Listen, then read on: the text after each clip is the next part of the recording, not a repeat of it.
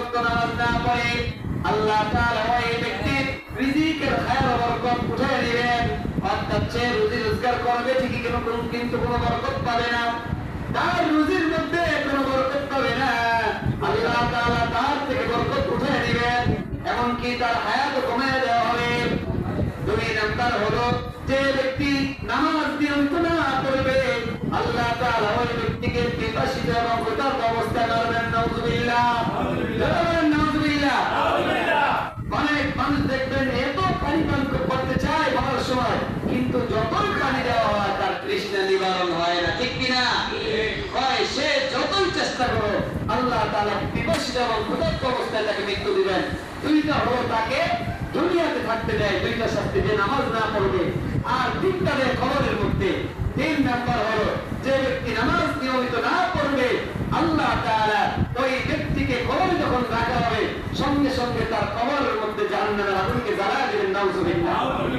নিয়মিত নামাজ না পড়লে মরতে দেরি হবে, মগর কবরের মধ্যে আগুন জাহান্নামের আগুন জ্বালাইতে দেরি হবে না।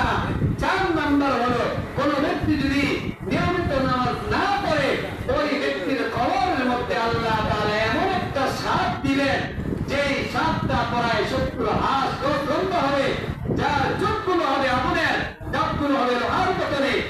এক একটা সময় যখন দিবে 70 হাত মাটির নিচে চলে যাবে। নাউযুবিল্লাহ। আবার প্রকৃতি ভাবে উপরে উঠবে, আবার একবার সময় দিবে, আবার 70 হাত মাটির নিচে চলে যাবে। নাউযুবিল্লাহ। এইভাবে করে চলতে থাকবে। এটা হলো 4 নাম্বার আযাব।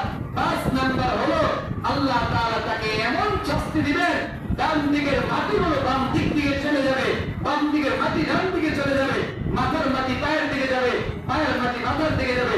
চতুর্দিক থেকে এমন জোরে চাপ দিবে এক একটা হাড় অপর একটা হাড়ের মধ্যে ঢুকে যাবে। নাউযুবিল্লাহ।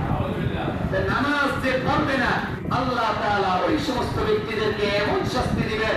আল্লাহ তাআলা মহান রব্বুল আলামিন সর্বপ্রথম আমাকে আপনাদেরকে এবং যারা এই আলোচনা নাইকে শুনতেছি সকল মা বোনদেরকে আল্লাহ তাআলা 5 ওয়াক্ত নামাজের হেফাজত করার তৌফিক দান করেন। সবাই আমিন।